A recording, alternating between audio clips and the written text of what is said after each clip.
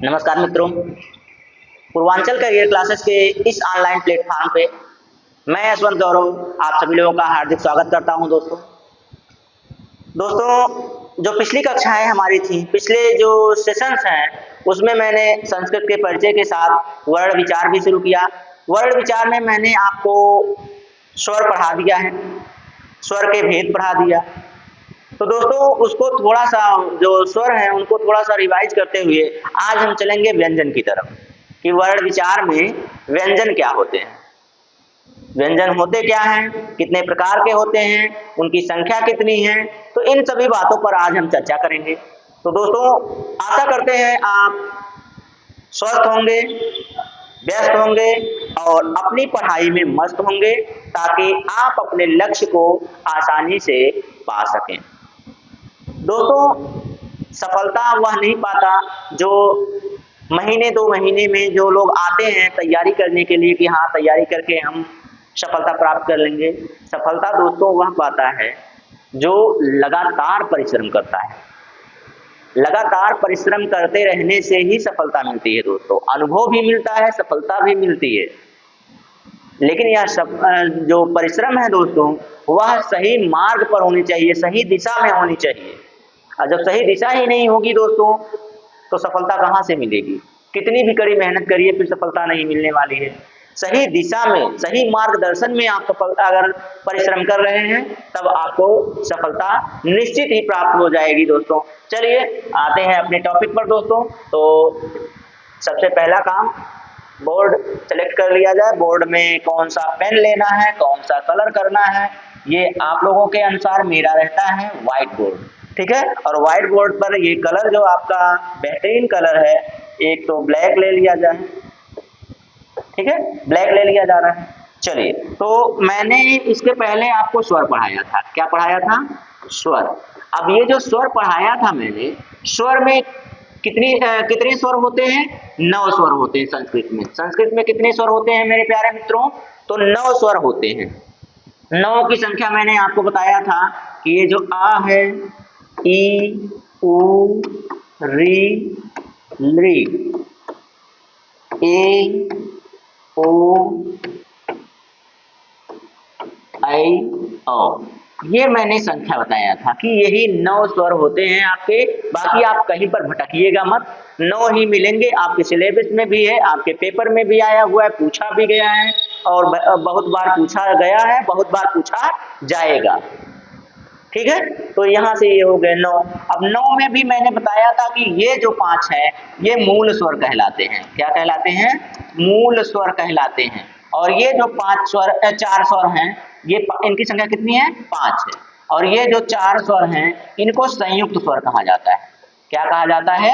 संयुक्त स्वर कहा जाता है। संयुक्त क्यों कहा जाता है? मैंने ये भी बताया था कि एक से अधिक स्वरों से मिलकर बने होते हैं, इसीलिए संयुक्त स्वर कहा जाता है। अब उसके बाद इसको ह्रस्व स्वर, जो स्वर है स्वर के भेद बताते हैं।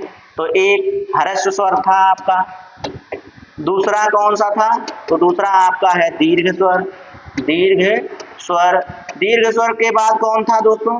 तो दीर्घ स्वर के बाद बात करेंगे आपके, तो दीर्घ स्वर के बाद तीसरे नंबर पर आता है प्लुत स्वर। कौन आता है? प्लुत स्वर। तो 3 ये स्वर थे।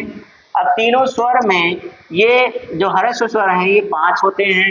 दीर्घ स्वरों की संख्या 8 होती है। प्लुत स्वरों की संख्या नहीं बताई जाती है क्योंकि जितने स्वर हैं, मान लीजिए 9 ही हैं, तो 9 स्वरों के पीछे आप इनका प्रतीक जोड़ते जाइए, वो प्लुत होते चले जाएंगे, ठीक है। तो यही था, जैसे कि मैंने बताया था अभी कल, तो गोरका रे, करीबा रे, छोटका रे, बड़का रे, जब रे आवाहन करते हैं तो इसे आवाहन स्वर भी कहते हैं। इसे क्या कहते हैं? आवाहन स्वर, ठीक है। इसको आह्वान स्वर भी कहते हैं, ठीक है। आवाहन कहा जाता है, लिखा आह्वान जाता है, ठीक है।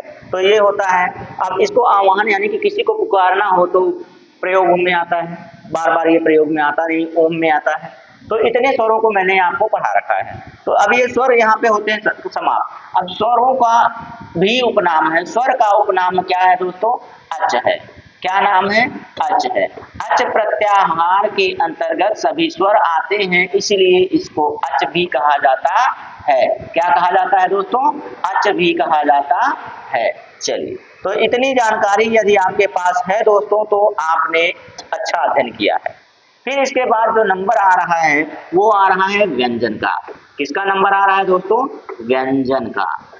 ठीक है, शुद्ध रूप से व्यंजन ऐसे ही लिखा जाता है, व्यंजन। अब व्यंजन की परिभाषा क्या होगी तो ये भी जानना जरूरी है। जानना जरूरी है कि नहीं है? जानना जरूरी है हमारे लिए कि व्यंजन की परिभाषा क्या होती है। तो अगर संस्कृत में देखेंगे तो ऐसे होता है, अनवग भवति व्यंजनम, अनवग भवति व्यंजन न। ठीक है, ये मिल जाएगा आपको ऐसे ही। ठीक है, तो ऐसे मिल जाएगा, ये आराम से आपको कहीं भी आप ढूंढेंगे तो प्यार से मिल जाएगा कि हाँ इसी को कहते हैं अनवग भगवती व्यंजनम। ठीक है, तो ये हो जाता है। अब इसकी जो हिंदी में परिभाषा बन जाती है वह क्या बनती है दोस्तों? तो वही बार बार आपसे पूछा जाता है, वे वर्ण जिनका उच्चारण करने में, जिनका उच्चारण करने में स्वरों की सहायता लेनी पड़ती है, स्वरों की सहायता लेनी पड़ती है, उच्चारण में स्वरों की सहायता लेनी पड़ती है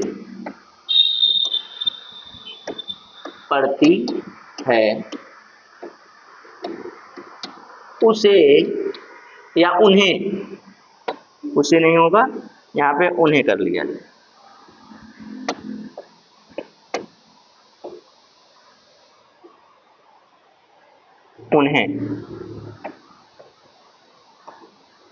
उन्हें क्या कहते हैं?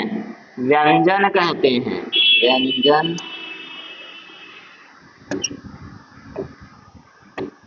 कहते हैं।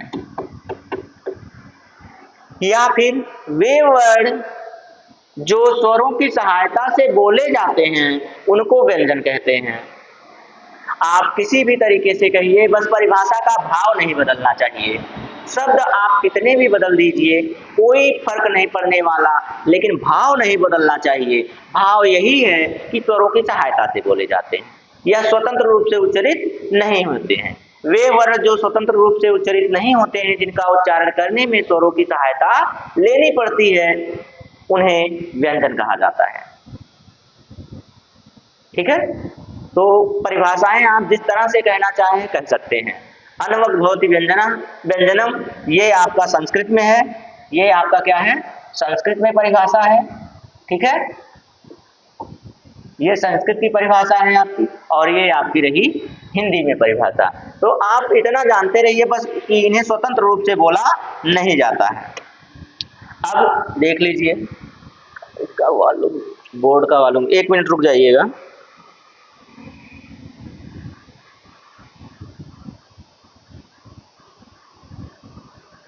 थोड़ा सा और रुक जाइएगा, 1 मिनट, बस हो गया। वॉल्यूम कर रहा था, आवाज कर रहा था। चलिए, तो ये देखिए व्यंजन हो गया। अब व्यंजनों की कुल संख्या कितनी है दोस्तों? व्यंजन की अगर हम कहें कुल संख्या कितनी है, तो कुल संख्या आपको संस्कृत में बतानी होगी कि व्यंजन की संख्या 33 यानी कि 33 है। अब ये 33 कहाँ से लिए जाते हैं दोस्तों? कहाँ से निकाले जाते हैं ये 33? तो ये आपके माहेश्वर सूत्र से निकाले जाते हैं दोस्तों, माहेश्वर सूत्रों से निकाले जाते हैं ये 33 स्वर। ठीक है, 33 व्यंजन, माफ कीजिए 33 व्यंजन। अब देखिए, जैसे में उदाहरण देखा जाए, अगर हम कहें कि का लिखा हुआ है, लेकिन ये उच्चारण कैसे होता है? अब देखिए, जो शुद्ध व्यंजन है वो हलंत लगा कर लिखे जाते हैं। शुद्ध व्यंजन कैसे लिखे जाते हैं? हलंत के साथ लिखे जाते हैं, और यह क्या होते हैं? आधे वर्ण होते हैं। जब तक इसमें ह्रस्व आ नहीं जुड़ेगा, यानी कि जब तक इसमें स्वर नहीं जुड़ेगा तब तक हम इनका उच्चारण नहीं कर सकते। आधे वर्ण का उच्चारण हम कैसे करेंगे? तो आधे वर्ण का उच्चारण हम नहीं कर सकते, वो ध्वनि हो जाती है।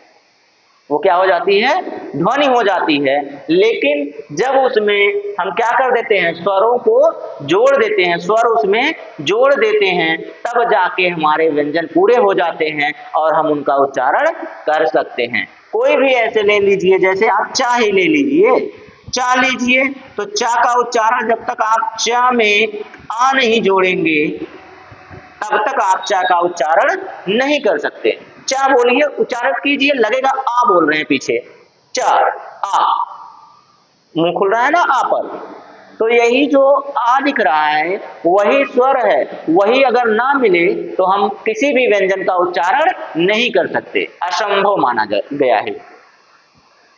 तो आशा करते हैं आपको बड़े अच्छे से समझ में आ गया होगा कि व्यंजन स्वयं से उच्चारित नहीं हो सकते, इसीलिए इनकी परिभाषा भी इसी तरह बनाई जाती है।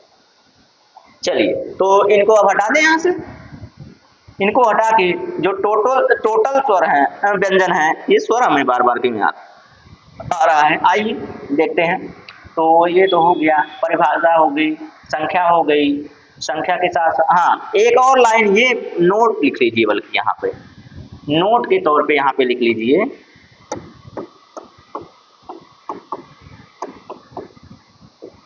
नोट के तौर पे लिख लीजिए कि व्यंजन की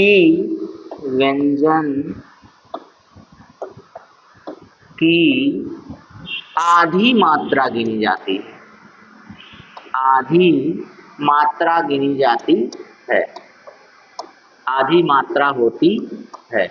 व्यंजन की मात्रा कितनी होती है दोस्तों? आधी होती है, इसीलिए इसको अर्धवर्ण कहते हैं। ठीक है, जब तक इसमें स्वर ना मिले हों। व्यंजन की आधी मात्रा होती है। व्यंजनम च अर्धमात्रिकम, व्यंजनम च अर्धमात्रिकम, या व्यंजनम अर्धमात्रिकम, व्यंजन अर्धमात्रिक होते हैं। जब इसमें स्वर जुड़ जाता है तब ये एक हो जाते हैं। ठीक है, तो पहले ये क्या होते हैं देखिए, यही है व्यंजन, व्यंजन यही है, तो इन्हें आधा ही कहा जाता है। क्यों कहा जाता है? क्योंकि इस पे हलंत लगा होता है, इसीलिए इनको आधा कहा जाता है। ठीक है, तो ये हो गया एक नोट आपके लिए कि व्यंजन की कितनी मात्रा होती है, तो व्यंजन की आधी मात्रा होती है। यह आपके पेपर में पूछा हुआ है। आप प्रीवियस ईयर पेपर उठाएंगे तो टेट में और सुपर टेट में देखेंगे, हाँ नहीं, टेट में आपके पूछा हुआ है, सिर्फ टेट में पूछा हुआ है। और सी टेट की दृष्टि से देखेंगे तो ये अभी जो क्लास है दोस्तों, ये सिर्फ आपके ज्ञान के लिए है। सी टेट में अभी यहाँ से नहीं, इसके बाद से आना शुरू होता है। चलिए, तो ऐसा कोई लोग कमेंट मत कीजिएगा दोस्तों कि यहाँ से प्रश्न नहीं पूछता है। तो प्रश्न जब तक इसे पढ़ेंगे नहीं तब तक आगे समझ में नहीं आने वाला है, तो इसीलिए इसको पढ़ना जरूरी है। आइए आगे चलते हैं। अब देखते हैं कि व्यंजन को कितने भागों में विभाजित किया गया है। तो मूलतः व्यंजन को 3 भागों में विभाजित किया गया है। मूलतः व्यंजन को कितने भागों में विभाजित किया गया है दोस्तों? तो देख लीजिए,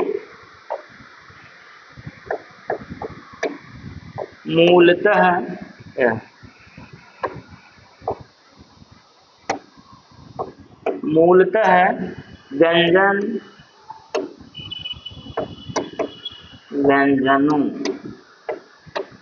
को 3 भागों में विभाजित किया गया है। कितने भागों में? 3 भागों में विभाजित किया गया है।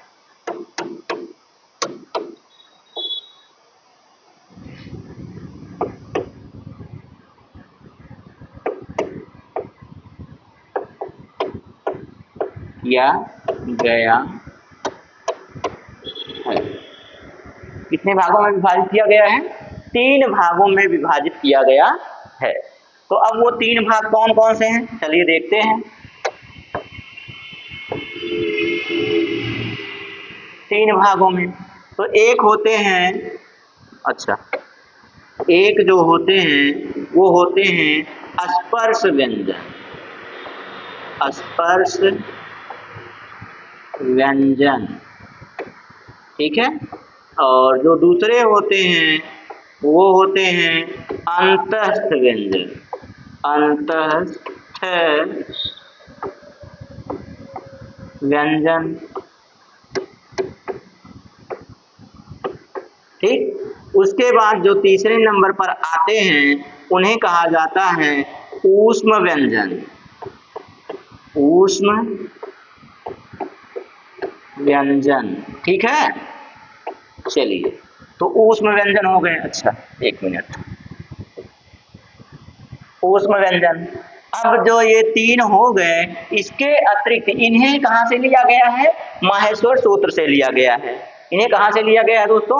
तो इन्हें माहेश्वर सूत्र में वर्णित किया गया है, उन्हीं को यहाँ रखा गया है। फिर उसके बाद देखें तो एक जो माहेश्वर सूत्र में नहीं रखा गया है, जिसको अलग से लिखना पड़ता है, वह होता है संयुक्त व्यंजन।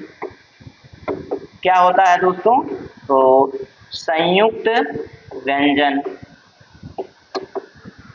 यहां से भी प्रश्न पूछता है संयुक्त व्यंजन। तो अब देखिए इनकी संख्या हम नोट कर दे रहे हैं, कितनी कितनी होती है इनकी संख्या। इनकी संख्या जो होती है दोस्तों, स्पर्शी व्यंजन की संख्या कितनी होती है? तो इनकी संख्या होती है 25। तो 25 में हम सिर्फ 5 क्यों लिख रहे हैं? 2 हमें और लिखना पड़ेगा, तो इनको थोड़ा सा पीछे खिसका दिया जाए। चलिए भैया पीछे चलिए, हो गया। आगे 2 लिख दीजिए। टेक्नोलॉजी का जमाना है भैया, कुछ गलत है तो सही कर लीजिए। 25 और अंतस्थ की संख्या 4, ऊष्म की संख्या 4। अब हमने कितना बताया था आपको कि व्यंजनों की संख्या कितनी होती है? तो व्यंजनों की संख्या आपके पास 33 होती है। व्यंजनों की संख्या कितनी होती है दोस्तों? 33 होती है, और 33 यहाँ तक कंप्लीट हो जाते हैं। 33 यहाँ तक कंप्लीट हो जाते हैं, ठीक है। फिर उसके बाद जो संयुक्त व्यंजन है दोस्तों, ये देखिए बिंदी यहाँ से गायब हो जाती है इसमें, तो थोड़ा सा ध्यान दीजिएगा। जहाँ पे बिंदी लगने की बात हो तो वो ध्यान दीजिएगा कि बिंदु लगा होगा और गायब हो सकता है, अनुस्वार जो जिसे कहते हैं। तो व्यंजन की संयुक्त व्यंजन की बात करें, संयुक्त स्वर थे, संयुक्त स्वरों की संख्या 4 थी। लेकिन संयुक्त व्यंजनों की संख्या अगर कहें तो संस्कृत में बता रहे हैं दोस्तों, हिंदी की बात मत कर लीजिएगा, संस्कृत में बता रहे हैं। संस्कृत में संयुक्त व्यंजनों की संख्या 3 होती है। कितनी होती है? 3 होती है, ठीक है। संस्कृत में व्यंजन संयुक्त व्यंजनों की संख्या 3 होती है। इतना एकदम कंठस्थ करके रखिएगा, ठीक है। चलिए, तो इतनी संख्या इनकी हो गई। अब संख्या के बाद एक एक पर हम लोग चर्चा करेंगे, एक एक भाग पर, एक एक व्यंजन पर चर्चा करेंगे आपके सामने, ताकि आपको कोई समस्या ना हो। तो सबसे पहला नंबर किसका आ जाएगा मेरे प्यारे मित्रों, मेरे प्यारे दोस्तों, मेरे प्यारे छात्र छात्राओं? पहली जो हेडिंग बनेगी वो कौन बनेगी? तो वह बनेगी स्पर्श व्यंजन, स्पर्श व्यंजन, ठीक है। ये जो स्पर्श व्यंजन है, ये संख्या इनकी कितनी होती है मैंने बता ही दिया। संख्या कितनी होती है? तो संख्या आपकी होती है इनकी टोटल 25। कितनी संख्या होती है? टोटल 25 होती है इनकी संख्या, कुल संख्या 25।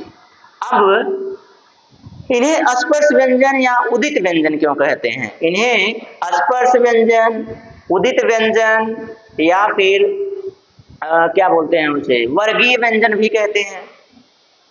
इन्हें स्पर्श व्यंजन, उदित व्यंजन या वर्गीय व्यंजन भी कहते हैं, यानी कि उपनाम भी हैं इनके, तो ये भी जानते रहिए आप। इनको वर्गीय व्यंजन भी कहा जाता है। वर्गीय व्यंजन के साथ साथ इनको उदित व्यंजन भी कहा जाता है, उदित व्यंजन भी कहा जाता है, ठीक है। जानते रहिए इतनी चीजें आपको दे देंगे कि आपका पेपर जो है वो बनाएंगे कहाँ से? पेपर कहाँ से बनाएंगे भैया, जब सारी चीजें आपके पास है उसी में से बनाएंगे। जब उसमें से बनाएंगे, आप पढ़े हैं, आप लगा लेंगे तो पास हो जाएंगे आसानी से, और हमारे साथ आएंगे, हमको धन्यवाद बोलेंगे। तो धन्यवाद की जरूरत नहीं है, बस आप पास हो जाइए, वही हमारे लिए बहुत है। ठीक है, चलिए, तो ये हो गए।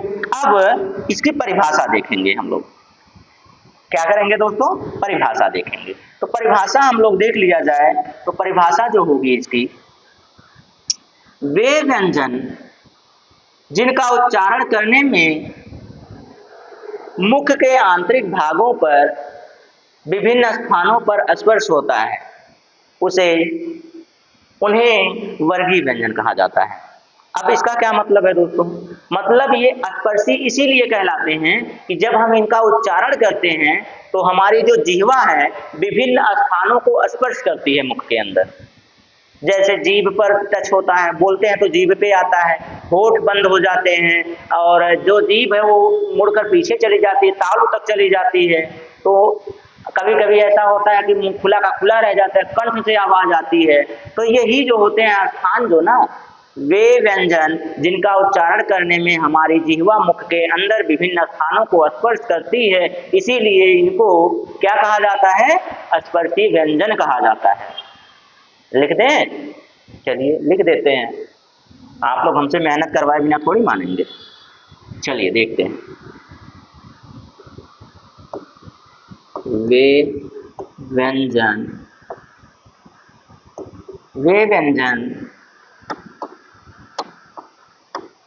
जिनका उच्चारण करने में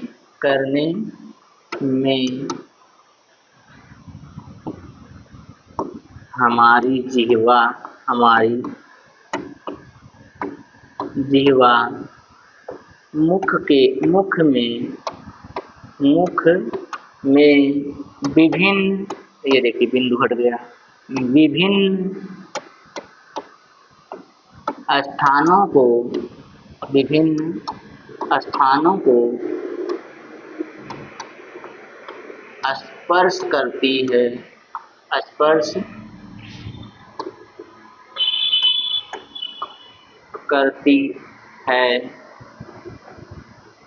उन्हें स्पर्श व्यंजन कहते हैं। उन्हें क्या कहते हैं दोस्तों, तो स्पर्श व्यंजन कहते हैं।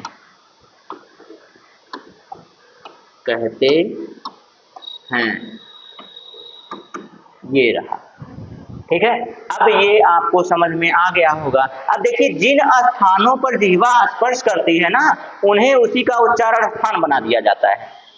जैसे का उच्चारण करते हैं तो हमारा जो कंठ है सिर्फ वहीं से हवा सीधा मुख के बाहर आ जाती है, इसीलिए इनको कंठ वर्ण कहते हैं।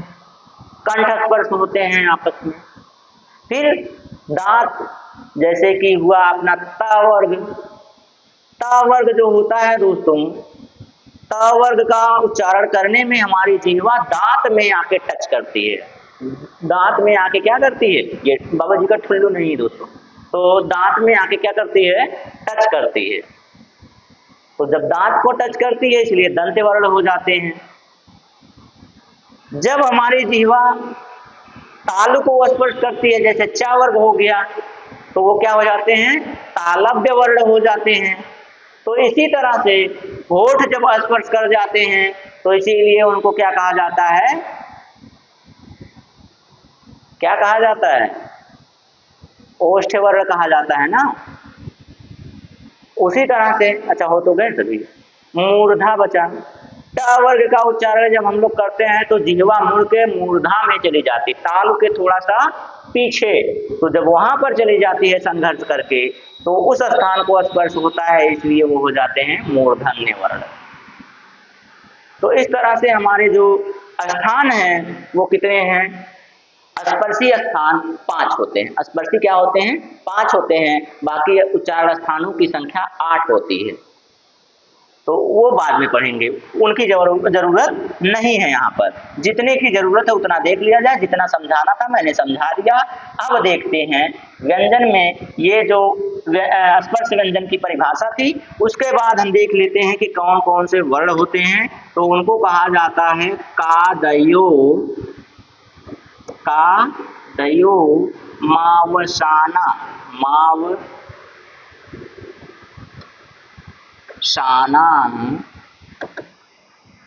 अस्पर्शा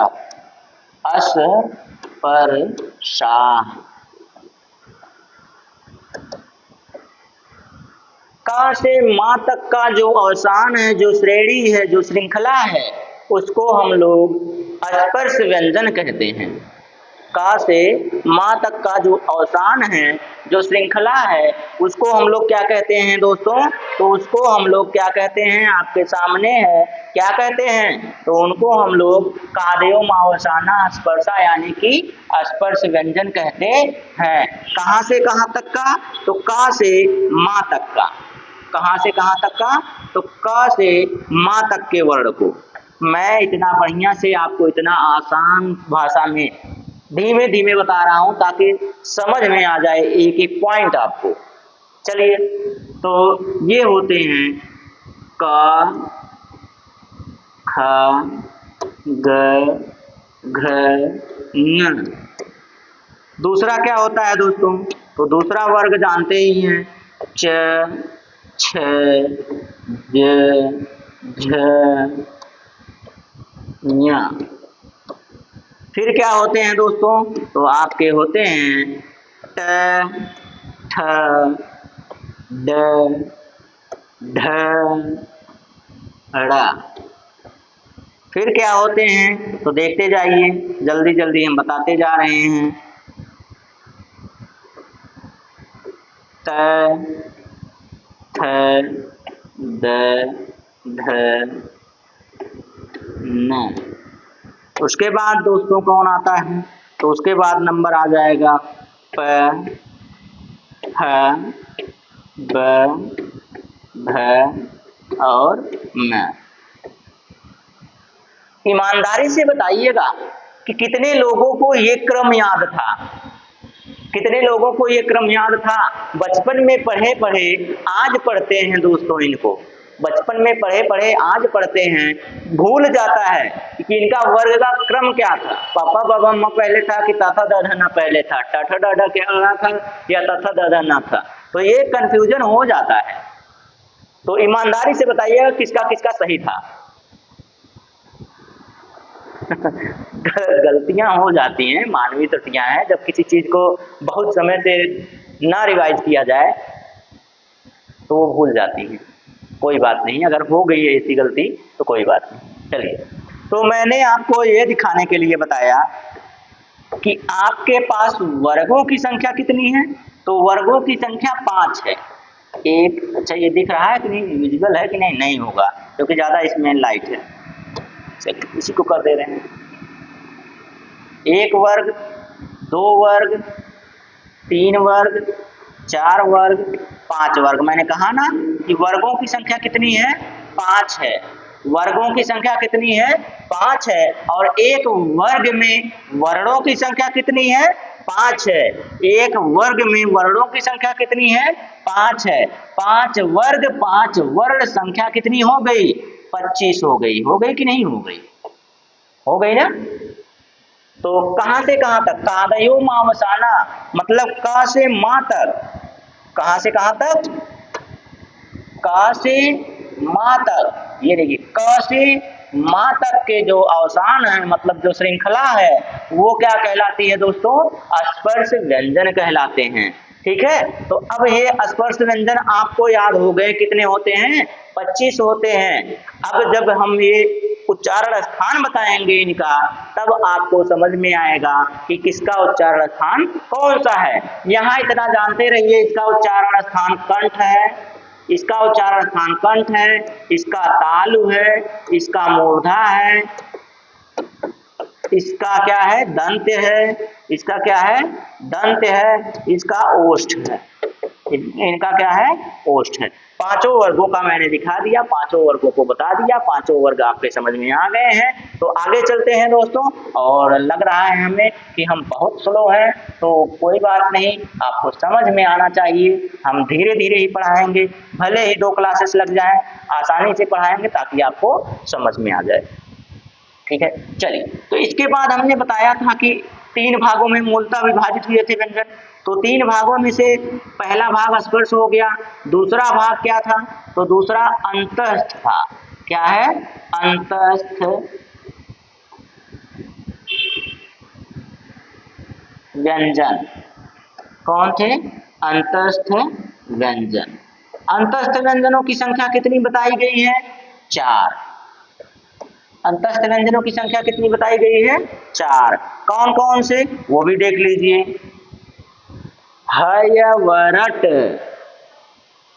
अच्छा, क्रम बताइए आप जल्दी से, हम आपको 2 सेकंड दे 2 सेकंड नहीं, चलिए 5 सेकंड दे रहे हैं, 5 सेकंड दे रहे हैं, आप उसका क्रम बता के दिखाइए हमें। क्रम जल्दी से कमेंट कीजिए दोस्तों, जल्दी से कमेंट कीजिए, तो जल्दी से कमेंट कीजिए, जितने लोग हैं जल्दी जल्दी कमेंट कीजिए। तो हम 5 सेकंड इंतजार कर रहे हैं, 5 सेकंड क्या 10 सेकंड हो गया, जल्दी से इंतजार कर रहे हैं कि अंत्यस्थ वर्णों की संख्या 4 हमने बता दी है, उनका क्रम बता दीजिए आप, क्योंकि बचपन में जो क्रम आपने पढ़ा है वो तो गलत हो जाता है। हमें क्रम लेना कहाँ से है, माहेश्वर सूत्र से, इसीलिए मैंने माहेश्वर सूत्र पढ़ाया आपको, ताकि आपको वर्ड पढ़ते समय कोई दिक्कत ना हो। अब वो यहाँ पे बताते कि माहेश्वर सूत्र से लिया गया। माहेश्वर सूत्र क्या होता है सर जी, हमको पता ही नहीं। अरे भैया, हमने पढ़ाया है पिछली वीडियो में, देख लीजिए, बड़े अच्छे से पढ़ाया है, बहुत ज़्यादा घाल-मेल नहीं किया है, क्योंकि अभी वो क्लासेस 2 वीडियोज में खत्म होते हैं। 1 घंटे लगता है पूरा उस क्लास को पढ़ने में, 1 घंटे पूरा लगता है, तब जाके वो क्लास खत्म होती है। मैंने आपको आधे घंटे के अंदर ही पढ़ा दिया, जितनी आपके लिए आवश्यकता है, आवश्यकता अनुसार पढ़ाया है। तो चलिए जल्दी बताइए, जो चीजें हैं वो बताइए, बताइए बताइए बताइए।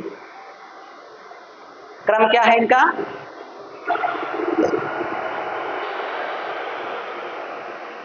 यार अलावा नहीं है मेरे प्यारे गधों, क्या है, या व र ल है। और बचपन में क्या पढ़ते आए थे, य र ल और ये व।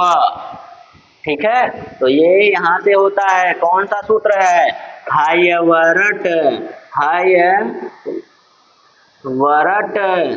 और एक सूत्र था लड़, तो यहाँ से बनता है ये य व र और ये ल, तो यहाँ से बनता है मेरे प्यारे मित्रों, मेरे प्यारे दोस्तों, मेरे प्यारे भाइयों बहनों, मेरे प्यारे छात्र छात्राओं, मेरे प्यारे प्रशिक्षुओं, मेरे प्यारे छात्राध्यापकों, भविष्य के अध्यापकों।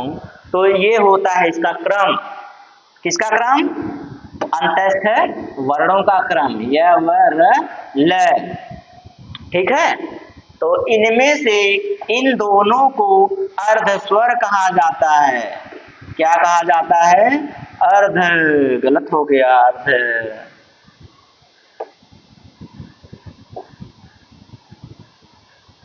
अर्ध स्वर कहा जाता है।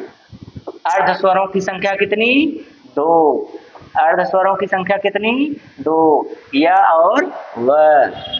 ठीक है, अब इसमें से कौन प्रकंपित है, कौन लुंठित है, कौन उत्क्षिप्त है, ये आप बताएंगे। तो ये मैं आपके लिए कमेंट वर्क लिख दूं, आपके लिए कमेंट वर्क। आप लुंठित वर्ण बता दीजिए, लुंठित वर्ण कमेंट कीजिए आप लोग जल्दी जल्दी, ये आपके लिए बहुत ही महत्वपूर्ण है दोस्तों। दूसरा, प्रकंपित पूछा गया है, कई बार पूछा गया है, प्रकंपित वर्ण,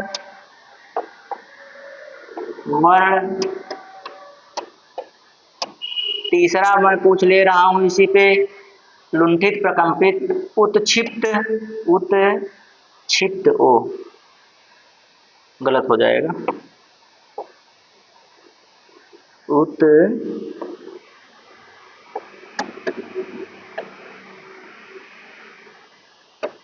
उच्छित, उच्छित है, उल्टा हो गया। एक मिनट, ज्यादा शुद्ध करने के चक्कर में गलत हो रहा है। उच्छित, उच्छित, अब सही है। उच्छित वर्ण बताइए। एक और बता देने, 4 विकल्प होते हैं, 4 हम दे दे रहे हैं आपको। एक और बता दीजिएगा, कांकल्य वर्ण किसे कहते हैं?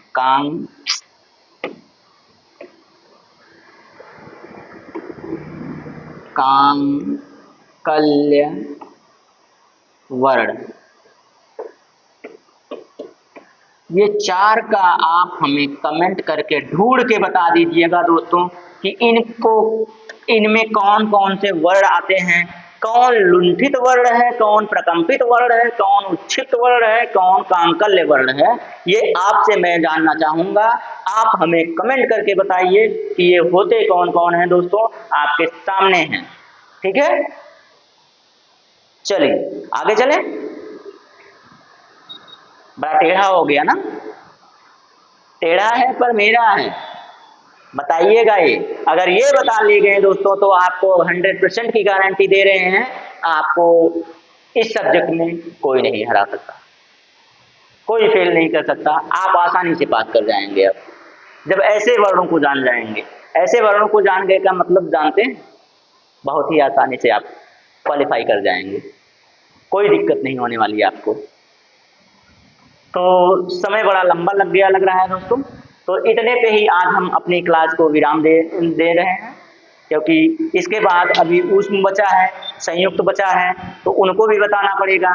जब उनको बताना है तो इनमें भी अभी इसमें भी कई जानकारियां हैं, ये चारों आप बताएंगे, कमेंट करके बताएंगे।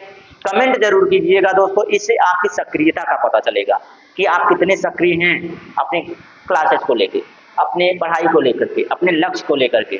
ठीक है, तो दोस्तों अपने अंदर ऊर्जा लाइए, अपने अंदर ऊर्जा लाइए, ताकि देख रहे हैं कितनी होड़ मची हुई है नौकरी के लिए, समझ में ही नहीं आ रहा है, नौकरी मिल नहीं रही है, वैकेंसीज आ नहीं रही हैं, बच्चे बढ़ते जा रहे हैं, कंपटीशन टफ होता जा रहा है। जब टफ होता जा रहा है तो आपको भी तो उसी हिसाब से तैयार होना पड़ेगा। तो चलिए दोस्तों, आज के लिए इतना ही। जय हिंद।